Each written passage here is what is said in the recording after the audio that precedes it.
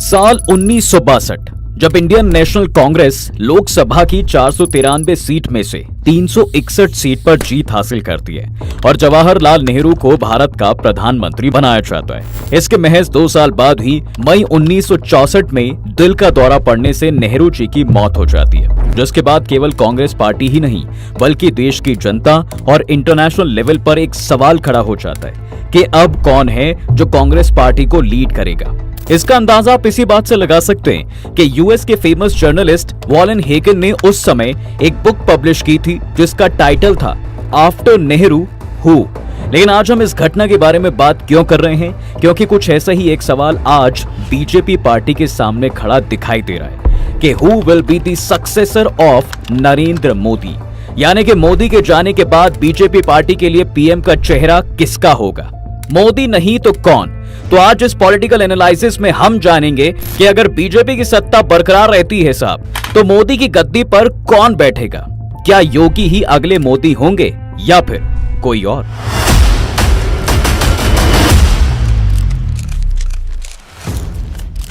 मैं आपको गारंटी देके कह रहा हूं 2024 में हम बीजेपी को हरा देंगे। देख रहा है एक अकेला कितनों को भारी पड़ रहा है। दोस्तों 2024 चुनाव का साल है, तो इस तरह के सवालों का आना बहुत लाजमी है। वैसे तो बीजेपी पार्टी में कई ऐसे चेहरे हैं जो मोदी जी की जगह ले सकते हैं, लेकिन क्वेश्चन तो उस चेहरे के लिए है जो सच में पीएम की कुर्सी पर बैठ सकता है, क्योंकि बीजेपी को एक ऐसा चेहरा चूज करने की जरूरत है जो पार्टी को एक अच्छी दिशा में लेकर जाए। ठीक उसी तरह जैसे लाल कृष्ण आडवाणी के बाद बीजेपी की कमान नरेंद्र मोदी ने संभाली थी। नरेंद्र दामोदर दास मोदी का नाम आज चुनिंदा प्राइम मिनिस्टर्स के साथ लिया जाता है जो जनता के बीच में लोकप्रिय रहे। इनकी पॉपुलैरिटी की तुलना पीएम नेहरू और इंदिरा गांधी के साथ की जाए तो कोई बड़ी बात नहीं होगी, क्योंकि लंबे समय तक पीएम के पद पर रहने में मोदी का नाम जवाहरलाल नेहरू, इंदिरा गांधी और डॉक्टर मनमोहन सिंह के बाद चौथे नंबर पर आता है। वहीं कुछ दावे ये कहते हैं कि 2024 में नरेंद्र मोदी डॉक्टर मनमोहन सिंह का रिकॉर्ड तोड़कर third longest serving prime minister बन सकते हैं। लेकिन हमारा सवाल तो यहाँ पर यह है कि भाई 2024 तक तो ठीक है, लेकिन इसके बाद बीजेपी का पीएम चेहरा कौन होगा? क्योंकि अगर बीजेपी लीडर्स की हिस्ट्री को देखें तो 75 साल के बाद सभी लीडर्स एक्टिव पॉलिटिक्स से हटकर गाइडेंस विंग की तरफ बढ़ गए थे। अगर बात इस आधार पर करें तो 2024 की पंचवर्षीय मोदी के लिए एक्टिव पॉलिटिक्स की लास्ट स्टेज हो सकती है। तो पॉलिटिकल एनालिसिस और पॉपुलैरिटी को देखें तो कुछ चेहरे ही हैं जो टॉप पर दिखाई देते हैं, जिसमें उत्तर प्रदेश के chief minister Yogi Adityanath, centre minister for road transport and highways Nitin Gadkari जो बीजेपी के पूर्व प्रेसिडेंट भी रह चुके हैं, और राजनीति के चाणक्य कहे जाने वाले सेंट्रल होम मिनिस्टर यानी अमित शाह का चेहरा शामिल है। वहीं अगर इन तीनों में से किसी एक का चेहरा आने पर आपस में मतभेद होती है तो इन तीनों का नाम इस लिस्ट से हटाकर किसी और को भी पेश किया जा सकता है, जिसके लिए foreign affairs minister S Jaishankar या फिर किसी और दूसरे चेहरे को इस लिस्ट में शामिल किया जा सकता है। अब आप सोच रहे होंगे कि ये क्या बात हुई? तो भाई ये बीजेपी पार्टी है, यहाँ कुछ भी हो सकता है। 2014 में तो यही हुआ था। कांग्रेस की सरकार में सुषमा स्वराज विपक्ष की नेता थीं, जिनको पीएम बनाने के लिए आडवाणी और उनके सहयोगी सपोर्ट कर रहे थे। दूसरे नितिन गडकरी थे जो 2009 से 2013 तक बीजेपी पार्टी के अध्यक्ष थे, और तीसरे उस समय के पार्टी अध्यक्ष राजनाथ सिंह थे, और ये तीनों ही एक दूसरे को पसंद नहीं करते थे। लेकिन नरेंद्र मोदी को लेकर तीनों में सहमति थी, जिसके बाद नरेंद्र मोदी को प्राइम मिनिस्टर पद के लिए चुना गया था। इतना ही नहीं, हाल ही में राजस्थान और मध्य प्रदेश में हुए राज्यसभा चुनाव तो आपको याद ही होंगे। किसने सोचा था कि मध्य प्रदेश में सबसे लंबे समय तक मुख्यमंत्री रहने वाले शिवराज सिंह चौहान, मुख्यमंत्री पद के प्रबल दावेदार ज्योतिरादित्य सिंधिया और मोदी जी के करीबी सेंट्रल मिनिस्टर नरेंद्र सिंह तोमर जैसे दिग्गज नेताओं के होते हुए भी मोहन यादव को मुख्यमंत्री का पद दे दिया जाएगा? किसको पता था कि राजस्थान में पूर्व मुख्यमंत्री वसुंधरा राजे, प्रबल दावेदार बाबा बालकनाथ और राजस्थान में बीजेपी पार्टी का प्रमुख चेहरा गजेंद्र सिंह शेरावत को दरकिनार करते हुए भजन लाल शर्मा को मुख्यमंत्री बना दिया जाएगा? ये भारतीय जनता पार्टी है भाई। इनका तो मानना है कि मोदी है तो मुमकिन है, पर मेरा मानना है कि मोदी है तो कुछ भी मुमकिन है।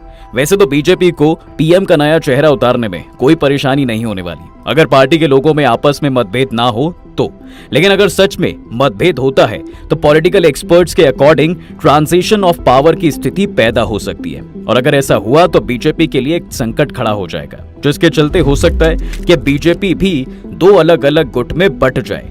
लेकिन हम यहाँ पर आपसी मतभेद की बात क्यों कर रहे हैं ये बताएंगे वीडियो में, लेकिन उससे पहले ट्रांजिशन ऑफ पावर को समझने के लिए चलते हैं 1907 के सूरत अधिवेशन में, जब इंडियन नेशनल कांग्रेस नरम दल और गरम दल में बंट गई थी, जहां एक और गोपाल कृष्ण गोखले, सुरेंद्र नाथ बनर्जी और दादा भाई नेरोजी जैसे नरम दल के नेता थे जो राज बिहारी घोष को सपोर्ट कर रहे थे, तो वहीं दूसरी ओर लाल बहादुर शास्त्री, बाल गंगाधर तिलक और विपिन चंद्र पाल जैसे गरम दल के नेता थे जो बाल गंगाधर तिलक को सपोर्ट कर रहे थे। अगर ट्रांजिशन ऑफ पावर की सिचुएशन पैदा होती है तो ठीक इसी प्रकार का एक मंजर यहाँ भी देखने को मिल सकता है, क्योंकि जहां एक और बीजेपी के दिग्गज नेता अमित शाह और योगी आदित्यनाथ हैं जो खुलकर हिंदूवादी सोच को आगे बढ़ा रहे हैं, वहीं दूसरी तरफ लिबरल लीडर के रूप में नितिन गडकरी और एस जयशंकर हैं। पीएम मोदी के लिए नितिन गडकरी का नाम हमने क्यों जोड़ा है, इसे समझने के लिए नितिन गडकरी का राजनीतिक सफर के साथ साथ मोदी, शाह और नितिन गडकरी के बीच रिलेशंस को समझना होगा। और अगर आप गडकरी का राजनीतिक सफर डिटेल में जानना चाहते हैं तो कमेंट करके बताइए, हम इस पर अलग से एक डिटेल्ड वीडियो भी बनाएंगे। फिलहाल मोदी, शाह और नितिन गडकरी के बीच रिलेशंस को समझने के लिए 2009 में चलते हैं, जब नितिन गडकरी को सर्वसम्मति से बीजेपी पार्टी का नेशनल प्रेसिडेंट बनाया गया था। ये वही समय था जब कर्ज माफी का वादा करके यूपीए ने सरकार बनाई थी। यूपीए यानी कि यूनाइटेड प्रोग्रेसिव अलायंस, ये कांग्रेस का दूसरा पार्टियों के साथ एक गठबंधन है जिसे 2004 में बनाया गया था। लेकिन हाल ही में 2024 के लोकसभा चुनाव को देखते हुए Congress leader Sonia Gandhi, Rahul Gandhi, TMC leader Mamata Banerjee, JDU leader Nitish Kumar जैसे कद्दावर नेताओं के साथ साथ 24 other non BJP party leaders ने मिलकर बैंगलोर में एक मीटिंग की और यूपीए का नाम बदलकर इंडिया यानी कि Indian national development inclusive alliance रख दिया, जिसके बाद कई दिनों तक लोगों के बीच में इस बात को लेकर डिबेट छिड़ी कि हमारे देश का नाम इंडिया है या भारत। ठीक उसी प्रकार बीजेपी का भी कुछ पार्टीज के साथ एक संगठन है जिसे एनडीए के नाम से जाना जाता है। इसे 1998 में बनाया गया था। होता क्या है कि जहां एक और 2009 के लोकसभा चुनाव में यूपीए को 262 सीट्स मिलती हैं, जिसमें अकेली कांग्रेस पार्टी की 206 सीट्स थी, तो वहीं एनडीए को 159 सीट्स मिलती हैं, जिसमें से 116 सीट्स अकेले बीजेपी पार्टी की थी। अब 262 सीट्स के साथ यूपीए अपनी सरकार बनाती है और कांग्रेस पार्टी के मनमोहन सिंह को पीएम बनाया जाता है। जब एनडीए ये चुनाव हार जाती है तो राजनाथ सिंह बीजेपी अध्यक्ष के पद से इस्तीफा दे देते हैं और फिर सभी की सहमति से अध्यक्ष बनाया जाता है नितिन गडकरी जी को। अब नितिन गडकरी और मोदी के संबंधों को आप इस तरह से समझ सकते हैं कि जब नितिन गडकरी को बीजेपी पार्टी का अध्यक्ष बनाया गया तो नरेंद्र मोदी अकेले ऐसे बीजेपी पार्टी के चीफ मिनिस्टर थे जो नितिन गडकरी को बधाई देने के लिए दिल्ली नहीं पहुंचे थे। अब इसके बाद होता क्या है कि प्रेसिडेंट के पद पर रहते हुए नितिन गडकरी संजय जोशी को बीजेपी पार्टी में वापस लेकर आते हैं और यूपी इलेक्शन का संयोजक बना देते हैं। इनका ये कारनामा मोदी और गडकरी के बीच में चल रहे संबंधों की खटास में आग में घी डालने का काम करता है। बाद में नरेंद्र मोदी कहते हैं कि अगर संजय जोशी को यूपी इलेक्शन के संयोजक के पद से नहीं हटाया गया तो वो यूपी में प्रचार करने नहीं जाएंगे, और जब गडकरी ने उनकी बात नहीं मानी तो मोदी जी यूपी में इलेक्शन का प्रचार करने नहीं गए। अब आप सोच रहे होंगे कि ये संजय जोशी कौन है। वैसे तो मोदी और संजय की दोस्ती थी, लेकिन बाद में कुछ वजहों से इनके बीच की दोस्ती दुश्मनी में बदल गई। तो दरअसल हुआ क्या था कि 1979 से 90 के बीच में संजय जोशी को आरएसएस का संगठन मंत्री बनाकर गुजरात भेजा जाता है, जबकि नरेंद्र मोदी पहले से यहाँ पर संगठन महामंत्री थे। अब ये दोनों मिलकर पार्टी के लिए अच्छा काम करते हैं। जैसे 1995 में गुजरात में बीजेपी की सरकार बनती है तो सुरेश मेहता को मुख्यमंत्री बनाया जाता है और नरेंद्र मोदी को दिल्ली भेज दिया जाता है, जिससे संजय जोशी को फायदा होता है और ये गुजरात के संगठन महामंत्री बन जाते हैं। 1998 में बीजेपी फिर से सत्ता में आती है तो अब नरेंद्र मोदी गुजरात वापस आना चाहते थे, लेकिन जोशी इसके लिए मान नहीं रहे थे। फिर यहाँ के समीकरण बदलते हैं और 2001 में कुछ सीटों पर उपचुनाव होता है जिसमें बीजेपी को हार का सामना करना पड़ता है, जिस वजह से केशु भाई को सीएम पद से हटाकर नरेंद्र मोदी जी को चीफ मिनिस्टर बनाया जाता है और फिर सीएम बनते ही नरेंद्र मोदी संजय जोशी को दिल्ली की ओर रवाना कर देते हैं। इसके बाद 2005 में संजय जोशी की एक सीडी बाजार में आती है जिसमें संजय जोशी को किसी महिला के साथ आपत्तिजनक हालात में देखा जा सकता था। इस सीडी कांड के बाद संजय जोशी को बीजेपी पार्टी से बर्खास्त कर दिया जाता है। जोशी समर्थकों का मानना था कि इस सीडी कांड के पीछे मोदी समर्थकों का हाथ है और फिर इस तरह की ही पार्टी के दो नेता दुश्मन बन जाते हैं। लेकिन 80 के दशक में साहब आरएसएस के हेडक्वार्टर नागपुर में नितिन गडकरी और संजय जोशी दोनों साथ में काम कर रहे थे, तो एक दूसरे को अच्छे से जानते थे। तो नितिन गडकरी क्या करते हैं कि संजय को पार्टी में फिर से जगह देते हैं और कहीं ना कहीं मोदी से पंगा ले लेते हैं। तो ये तो थे मोदी गडकरी के रिलेशंस। अब बात करते हैं शाह गडकरी के रिलेशंस के बारे में। देखिए, ऐसा सुनने में आता है कि जब नितिन गडकरी बीजेपी के अध्यक्ष थे तो अमित शाह को अदालत के आदेश की वजह से गुजरात राज्य को छोड़ना पड़ा और वो दिल्ली में रह रहे थे। तो इस समय गडकरी से मुलाकात करने के लिए उन्हें घंटों बाहर इंतजार करना होता था। कहा जाता है कि 2012 संशोधन भी नितिन गडकरी को लेकर हुआ था, जब बीजेपी इन्हें दोबारा से प्रेसिडेंट बनाना चाहती थी। अभी तक ये रूल था कि कोई भी व्यक्ति 2 बार लगातार प्रेसिडेंट नहीं बन सकता था, लेकिन पहली बार 2012 में नितिन गडकरी को फिर से प्रेसिडेंट बनाने के लिए इस रूल में बदलाव किया गया। इसी बीच लॉयर राम जेठमलानी ने आडवाणी को एक ओपन लेटर लिखा कि गडकरी को उनके ऊपर लगे करप्शन चार्जेस के आधार पर इस्तीफा दे देना चाहिए, जिसको यशवंत सिंह के साथ साथ शत्रुघ्न सिन्हा ने भी सपोर्ट किया। और फिर नितिन गडकरी को बीजेपी पार्लियामेंट बोर्ड से ड्रॉप कर दिया जाता है और वो दोबारा प्रेसिडेंट नहीं बनते। इसके बाद 2013 से 14 तक पार्टी का अध्यक्ष बनाया जाता है राजनाथ सिंह को। 2014 के समय का चक्र घूमता है और अब बीजेपी पार्टी के अध्यक्ष बनते हैं अमित शाह। ये वही अमित शाह हैं जो गडकरी के प्रेसिडेंट रहते हुए उनसे मिलने के लिए घंटों इंतजार करते थे। अब यहाँ अमित शाह के पास मौका था अपना पुराना हिसाब किताब पूरा करने का।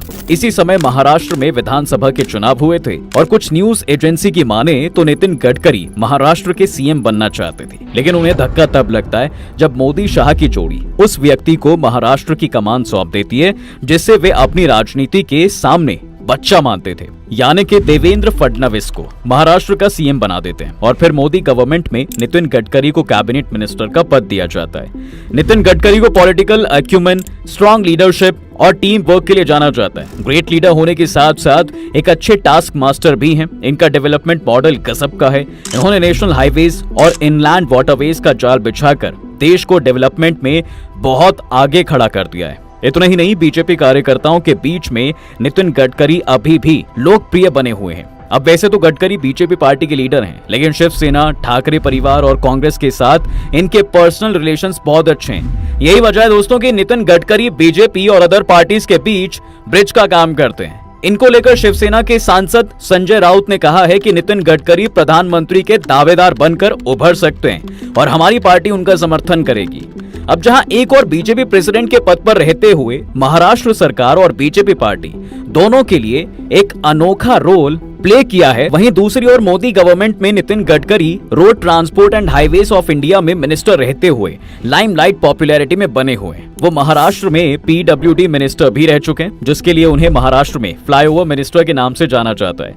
कैबिनेट मिनिस्ट्री में रहते हुए इनकी स्टार परफॉर्मेंस और पार्टी रूट्स इन्हें मजबूती प्रदान करती है, जिसे देखते हुए सच में लगता है कि नितिन गडकरी मोदी के बाद पीएम का चेहरा भी हो सकते हैं। लेकिन ये अकेला एक चेहरा नहीं है, बल्कि और भी चेहरे हैं जो मोदी की गद्दी पर देखने को मिल सकते हैं। नितिन गडकरी के बाद पीएम पद के लिए दूसरा पॉपुलर चेहरा बीजेपी के स्टार कैंपेनर योगी आदित्यनाथ का दिखाई देता है। योगी जी का जन्म 5 जून 1972 को हुआ था। इनका नाम अजय बिष्ट था। हिंदुत्व का पोस्टर कहे जाने वाले और 1998 से लेकर 2014 तक लगातार जीत हासिल करने वाले योगी का चेहरा उस समय सामने आता है जब गोरखनाथ मंदिर के द्वारा चलाए जाने वाले इंटर कॉलेज का एक स्टूडेंट दुकान पर कपड़ा खरीदने जाता है और इस स्टूडेंट का दुकानदार से विवाद हो जाता है। इस विवाद में दुकानदार रिवॉल्वर निकाल लेता है, जिसके बाद योगी की लीडरशिप में स्टूडेंट्स के द्वारा एक उग्र प्रदर्शन किया जाता है, जिसमें योगी एसएसपी यानी कि सीनियर सुपरिटेंडेंट ऑफ पुलिस के आवास की दीवार चढ़ जाते हैं, जिसके बाद उनके बारे में लिखा जाता है गोरखपुर की राजनीति में एक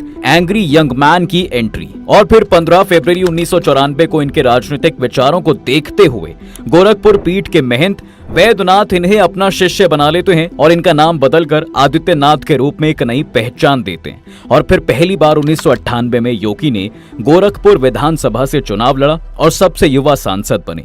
लोगों ने इनमें हिंदू महासभा के अध्यक्ष दिग्विजय नाथ की छवि देखी और उनके साथ जुड़ते चले गए, जिसके बाद 1999, 2004, 2009 और फिर 2014 में इन्होंने लगातार 5 बार सांसद बनने का रिकॉर्ड बनाया। और फिर 12 सितंबर 2014 को महंत अवैधनाथ के निधन के बाद योगी आदित्यनाथ को गोरखनाथ मंदिर का महंत बना दिया जाता है। अब तक योगी हिंदुत्व के सबसे बड़े फायर ब्रांड नेता बन चुके थे। इसी बीच इन्होंने 2002 में हिंदू युवा वाहिनी की स्थापना की थी और 18 जून 2008 में पुलिस द्वारा मना करने के बाद भी इन्होंने रैली की थी और भड़काऊ भाषण दिए जाने के चलते इन्हें पहली बार गिरफ्तार किया गया था। खैर, इसके बाद इन्हें गिरफ्तार करने वाले एसपी के साथ वहां के डीएम को भी सस्पेंड कर दिया गया था। बावजूद इसके 2016 में गोरखनाथ मंदिर में भारतीय संत सभा की बैठक होती है, जिसमें आरएसएस के बड़े नेताओं द्वारा योगी आदित्यनाथ को उत्तर प्रदेश का मुख्यमंत्री बनाने का फैसला लिया जाता है। संतों का कहना था कि भाई मुलायम सिंह और मायावती की सरकार रहते हुए राम जन्मभूमि मंदिर नहीं बन पाएगा, इसके लिए हमें योगी आदित्यनाथ को मुख्यमंत्री बनाना होगा। और फिर 2017 के विधानसभा चुनाव में बीजेपी पार्टी सत्ता में आती है। 19 मार्च 2017 वो तारीख है जब 45 साल की उम्र में योगी जी उत्तर प्रदेश के मुख्यमंत्री बन जाते हैं। 5 साल तक राजनीति में जबरदस्त प्रदर्शन करने के बाद 2022 में यूपी में फिर से बीजेपी की सरकार आती है और फिर से योगी जी चीफ मिनिस्टर बनते हैं। योगी जी 2017 से अब तक लगातार चीफ मिनिस्टर के पद पर बने हुए हैं। इनके द्वारा किए गए काम और इनके द्वारा दी गई हॉट स्पीच से लेकर योगी जी हमेशा से ही सुर्खियों में बने हुए हैं। इनके काम करने के तरीके और इनकाउंटर्स को लेकर इन पर क्वेश्चंस उठते आए हैं, लेकिन इन्होंने अपने डेवलपमेंट मॉडल के साथ उत्तर प्रदेश को crime and corruption free state बना दिया है। हिंदुत्व को लेकर इनकी आइडियोलॉजी के लिए जनता इन्हें काफी प्यार दे रही है और फिर जनता के इसी प्यार की वजह से हिंदुत्व आइडियोलॉजी के उत्तराधिकारी के रूप में योगी जी का नया चेहरा पीएम पद पर देखने को मिल सकता है। अब इनके अलावा मोदी के चहीते और राजनीति के चाणक्य अमित शाह भी पीएम बन सकते हैं। जी हां, और अगर इन तीनों को सामने नहीं लाया गया तो कौन पीएम का चेहरा हो सकता है, ये तो हम बता ही चुके हैं। खैर, फ्यूचर तो प्रेडिक्ट नहीं किया जा सकता, लेकिन अब अगर आपने वीडियो को यहाँ तक देख ही लिया है तो कहीं ना कहीं आपका इंटरेस्ट राजनीति में जरूर है। तो हमें कमेंट करके जरूर बताएं कि आपकी आइडियोलॉजी क्या कहती है कि कौन हो सकता है नेक्स्ट पीएम। वीडियो अगर पसंद आई हो तो लाइक कर दो और अगर आप चैनल पर नए हो तो चैनल को सब्सक्राइब करना बिल्कुल ना भूलें।